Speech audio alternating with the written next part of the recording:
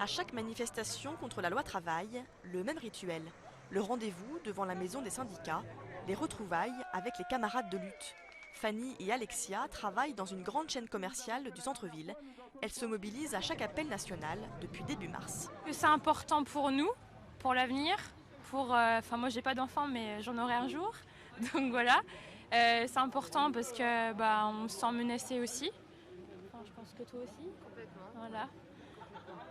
C'est des nouvelles lois qui n'apportent pas forcément le confort aux salariés, loin de là même. À 24 et 29 ans, elles sont parmi les plus jeunes du cortège, toujours aussi déterminées à ne rien lâcher jusqu'au retrait de la loi. Bien sûr, ça nous donne de l'espoir. Après, comme on vous l'a dit, on lâchera rien. Autour d'elles, des salariés d'Areva et d'autres entreprises alentours, mais aussi des fonctionnaires. Tous ont déjà sacrifié plusieurs journées de salaire depuis 2 mois et demi pour cette lutte. Quand on participe à des actions répétées, il y a forcément une incidence sur le salaire.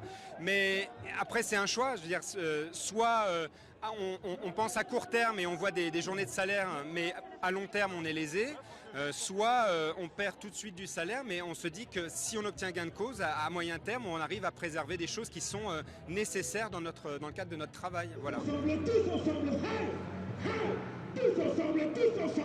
Cyril travaille dans une entreprise de Chagny à côté de Châlons. Il croit toujours au retrait de la loi.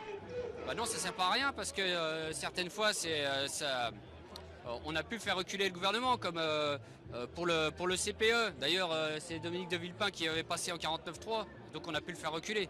Donc pourquoi pas encore cette fois. Pour se faire entendre un peu plus, cet après-midi, les manifestants ont lancé une opération gratuité au péage de Châlons-Nord. Ils comptent durcir leurs actions dans les semaines à venir.